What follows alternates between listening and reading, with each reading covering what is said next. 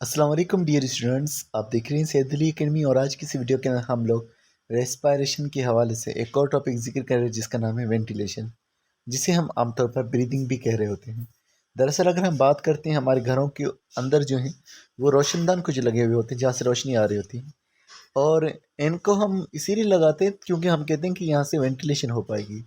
तो simply ventilation का मतलब यहाँ बयान है कि लिखा हुआ है ventilation is the process in which air goes in and out of the lungs. यहाँ ये बयान है कि लंग्स से जो है हवा का आना और हवा का जाना, ये वेंटिलेशन है। दरअसल वेंटिलेशन किसी भी जगह से हो सकती है, अगर हवा आ रही हवा जा रही तो ये वेंटिलेशन का प्रोसेस है, लेकिन आमतौर पर हम इसे जो है लंग्स के लिए भी बयान कर रहे होते हैं। तो लिखा हुआ है during this process various respiratory organs are involve.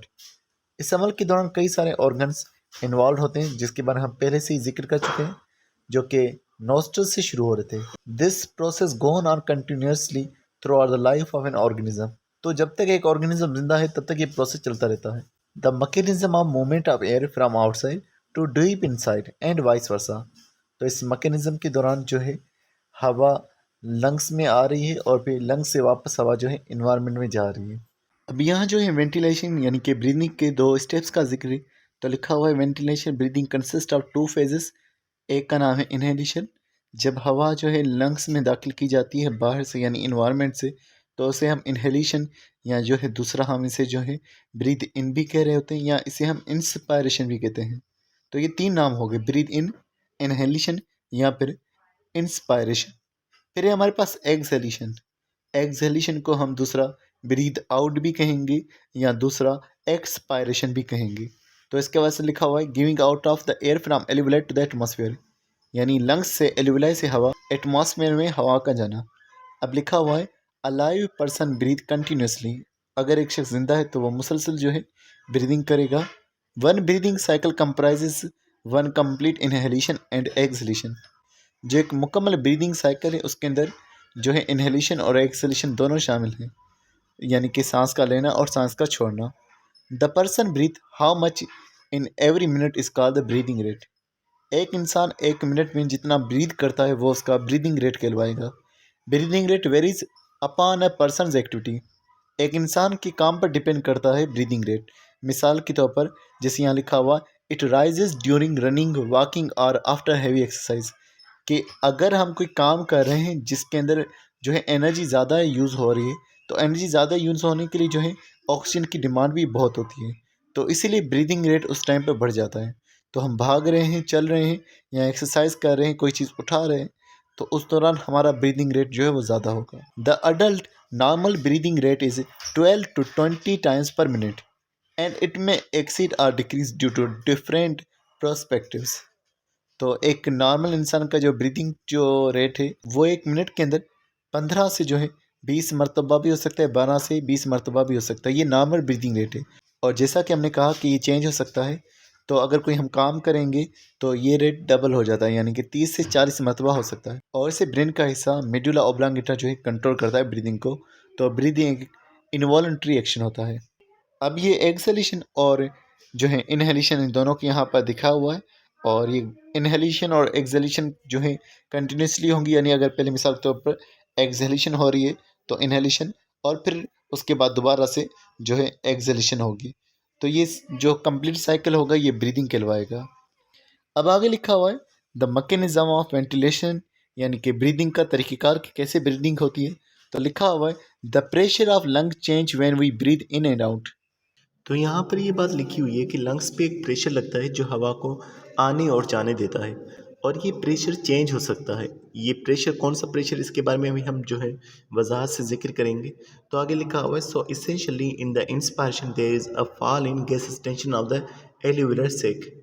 इस लाइन का क्या मतलब होगा कि जो लंग्स होते हैं उसके अंदर कुछ स्ट्रक्चर्स होते हैं जिनको एल्यूविलाई कहा जाता है। इन एल्यूविलाई के अंदर हवा भरी जाती है, तो एल्यूविलाई का वो हिस्सा जिसमें हवा भरी जा रही है उसको हम एल्यूविलर सेक कहते हैं। तो लिखा हुआ है fall in gases tension of the alveolar sac, मना गैसेस टेंशन जो है वो कम होती है एल्यूविलर सेक के अंदर। गैसेस टेंशन कम कैसे होती है, इसका मतलब ये होगा कि जो हवा होती है वो कम होती है एल्यूविलाई के अंदर पहले, which falls when the air launches into the lungs, और ये जब हवा लंग्स में दाखिल होगी तो एल्वियोलर जो टेंशन होगी वो भी डिक्रीज़ हो जाएगी। तो जैसे ही लंग्स में हवा दाखिल होगी तो जो हवा की कमी थी, जो गैसेस टेंशन कम थी, वो फिर बढ़ जाएगी, यानी कि हवा ज़्यादा हो जाएगी। फिर दूसरा लिखा हुआ एक्सपायरेशन के हवाले से, in expiration the pressure of alveoli is exceed than the atmospheric pressure. अगर हवा कहीं आ रही है तो वो प्रेशर की वजह से आ रही थी, कि पहले जो था लंग्स के अंदर प्रेशर कम था, एटमॉस्फेरिक प्रेशर ज़्यादा था, तो हवा जो है एटमॉस्फेयर से हमारे लंग्स में आ रही थी। तो अब हवा को बाहर आना है तो लंग्स अपने प्रेशर को बढ़ाएंगे, और लंग्स का प्रेशर बढ़ेगा तो इसकी वजह से जो है हवा एटमॉस्फेयर की तरफ जाएगी। The air goes out from the lungs, और हवा लंग्स से बाहर चली जाएगी। This type of breathing mechanism is called the negative pressure breathing. तो इस ब्रीदिंग मैकेनिज्म को जो है नेगेटिव प्रेशर ब्रीदिंग कहा जाता है। ये जो पूरा हमारा ब्रीदिंग मैकेनिज्म है, और इस नेगेटिव ब्रीदिंग मैकेनिज्म के अंदर क्या होगा कि एटमॉस्फेरिक प्रेशर के हवाले से जो होता है वो हमारे लंग्स का प्रेशर जो है वो चेंज हो जाता है। तो जैसे अगर आप इस तस्वीर में देखेंगे तो इस तस्वीर में आपको कुछ चीज़ें नज़र आ रही हैं। चीज़ें किस तरह से नज़र आ रही हैं, अगर आप इनहेलेशन को देखेंगे, इनहेलेशन के दौरान आप देखेंगे डायाफ्राम कॉन्ट्रैक्ट होता है, इंटरकोस्टल मसल्स जो हैं कॉन्ट्रैक्ट होती हैं और हवा लंग्स में दाखिल होती है। और उसके अलावा अगर आप देखेंगे एक्सहेलेशन के दौरान इंटरकोस्टल मसल्स जो है वो फिर रिलैक्स होती हैं, और इंटरकोस्टल मसल्स जो हैं वो भी रिलैक्स होती हैं, और फिर हवा जो है प्रेशर के साथ बाहर निकाली जाती है। तो ये जो है हमारे पास नेगेटिव प्रेशर ब्रीदिंग होता है। तो लिखा which is the decrease pressure in the region of thoracic cavity in relation to the external atmospheric pressure. तो इसके अंदर शुरू के अंदर ये होता है कि थोरेसिक कैविटी के अंदर प्रेशर कम होता है, और जो एक्सटर्नल एटमॉस्फेरिक प्रेशर है उसका प्रेशर ज़्यादा होता है, तभी हवा अंदर दाखिल हो सकती है। तो डियर स्टूडेंट्स, अब हम बात करते हैं इंस्पायरेशन के बारे में, जिसको पहले भी हमने कहा कि इसे इनहेलेशन भी कहा जाता है और दूसरा इसे ब्रीथ इन भी कहा जाता है। तो इसके बारे में बात करें तो लिखा हुआ है basically the inspiration is the active process. Inspiration एक ऐसा प्रोसेस है जिसके अंदर एनर्जी यूज़ होती है। किस तरह से लिखा हुआ है, during this process the thoracic cavity is increase in its size. क्योंकि हमें मालूम है कि इंस्पायरेशन के दौरान लंग्स में हवा आएगी। अगर लंग्स में हवा आएगी तो लंग्स फूलेंगे, अगर लंग्स फूलेंगे तो उन्हें चेस्ट में ज़्यादा जगह चाहिए। तो इंस्पायरेशन के दौरान थोरेसिक कैविटी जो है अपने साइज़ में इंक्रीज़ होती है, अपने वॉल्यूम में इंक्रीज़ होती है, ताकि ज़्यादा जो है हवा आ सके। अब थोरेसिक कैविटी किस तरह से इंक्रीज़ होती है, तो लिखा हुआ due to the contraction of external intercostal muscles diaphragm and relaxation of internal intercostal muscles. दरअसल हमारे लंग्स में जो है जो रिबकेज वाला हिस्सा होता है, यानी कि जो हमारी रिब्स होती हैं उसके साथ में कुछ मसल्स जुड़ी होती हैं, और वो मसल्स जो हैं इंटरकोस्टल मसल्स कहलवाती हैं। अब जो इंटरकोस्टल मसल्स हैं उसकी भी किस्में होती हैं, जैसे एक्सटर्नल इंटरकोस्टल मसल्स और दूसरा इंटरनल इंटरकोस्टल मसल्स। जैसे कि आप इस तस्वीर के अंदर रिबकेज को देख सकते हैं, और उसके अलावा इनर मोस्ट सबसे अंदरूनी इंटरकोस्टल मसल्स, फिर उसके बाद इंटरनल इंटरकोस्टल मसल्स और एक्सटर्नल इंटरकोस्टल मसल्स को देख रहे हैं। अब जो एक्सटर्नल इंटरकोस्टल मसल्स होती है वो कॉन्ट्रैक्ट होती हैं, और इंटरनल इंटरकोस्टल मसल्स रिलैक्स होती हैं। तो इस वजह से एक तो लंग्स के लिए स्पेस बढ़ेगी, और दूसरा जैसे अब यहाँ देख रहे हैं डायाफ्राम का जो पर्दा मौजूद है वो भी कॉन्ट्रैक्ट होगा एक्सटर्नल इंटरकोस्टल मसल्स के साथ। तो इस तरह से थोरेसिक कैविटी की जो जगह है वो बढ़ेगी। Contraction of external intercostal muscles move the ribs upward, and as well as the sternum also progressively move in upward direction।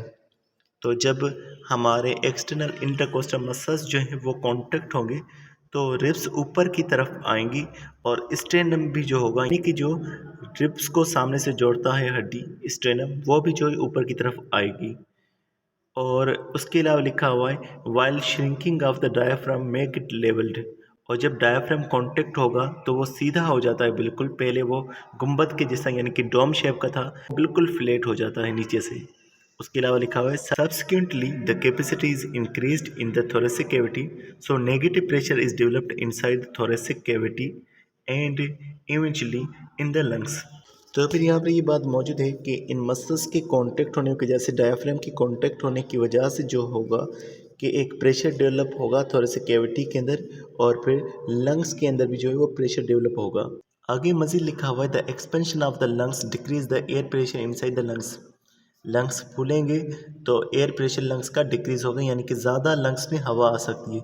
So ultimately air rushes into the lungs up to the alveolar sac through the respiratory passage where gas exchange can take place. तो lungs के अंदर pressure decrease हुआ है, ज़्यादा हवा आ सकती है, तो ज़्यादा हवा इस रेस्पिरेटरी ट्रैक्ट से यानी कि नॉस्ट्रल से लंग्स में दाखिल होगी और फिर एल्वियोलाई तक पहुंचेगी, और एल्वियोलाई में गैसेस की एक्सचेंज हो सकती है, यानी कि एल्वियोलाई के साथ जो ब्लड कैपिलरीज मौजूद हैं वहाँ पर ऑक्सीजन चली जाएगी और कार्बन डाइऑक्साइड फिर इसी तरह से वहाँ से वापसी लंग्स में दाखिल होगी। और वो किस तरह से दाखिल होगी तो उसके हवाले से मौजूद है, वही हमारे पास एक्सपायरेशन, जिसको एक्सहेलेशन कह रहे हैं। तो इसके बारे में बात करें तो लिखा हुआ है it is the passive phase of the respiration. ये जो है एक्सपायरेशन, ये पैसिव फेज यानी इसके अंदर एनर्जी रिक्वायर्ड नहीं होती। In this process gas exchange completed in the lungs and air is thrown out, which is just reverse of inspiration। इसके अंदर ब्रीदिंग का प्रोसेस कंप्लीट होगा, इसके अंदर जो है गैसेस एक्सचेंज कंप्लीट होगी और हवा जो होगी वो लंग से बाहर निकाली जाएगी रिवर्स डायरेक्शन के अंदर, और ये इंस्पायरेशन का रिवर्स होगा। किस तरह से लिखा हुआ है, expiration takes place due to the decrease volume of the thoracic cavity. Thoracic cavity का वॉल्यूम कम होगा तो एक्सपायरेशन होगी, यानी कि जो मसल्स कॉन्ट्रैक्ट हुई थी और थोरेसिक कैविटी की जगह को बढ़ा रही थी अब वो वापस रिलैक्स हो जाएगी, तो इस वजह से थोरेसिक कैविटी का जो है वॉल्यूम कम होगा, एक प्रेशर जनरेट होगा जो कि हवा को बाहर भेज देगा। तो लिखा हुआ it is due to the relaxation of external intercostal muscles diaphragm and contraction of internal intercostal muscles. तो इंस्पायरेशन में जो एक्सटर्नल इंटरकोस्टल मसल्स थी वो कॉन्ट्रैक्ट हो रही थी, यहाँ पर एक्सटर्नल इंटरकोस्टल मसल्स रिलैक्स होंगी, वहाँ पर इंटरनल इंटरकोस्टल मसल्स जो है वो रिलैक्स हो रही थी, यहाँ पर वो कॉन्ट्रैक्ट होगी। तो लिखा हुआ है विच moves ribs and stannum inward and downward respectively. तो इस तरह से जो रिब्स होंगी और स्टेनम होगा वो वापस अपनी जगह पे आ जाएगा, यानी कि स्टेनम जो थोड़ा सा ऊपर की तरफ गया था वो नीचे की तरफ आएगा, और रिब्स जो कि थोड़ा सा ऊपर की तरफ और आगे की तरफ आई थी वो थोड़ा सा अंदर की तरफ आ जाएंगी। एक चीज़ ये भी ध्यान में रखिएगा कि रिब्स बिल्कुल ही हल्का सा मूव कर रही हैं, इसीलिए हम उसको स्लाइडली मूवेबल जॉइंट कह रहे होते हैं।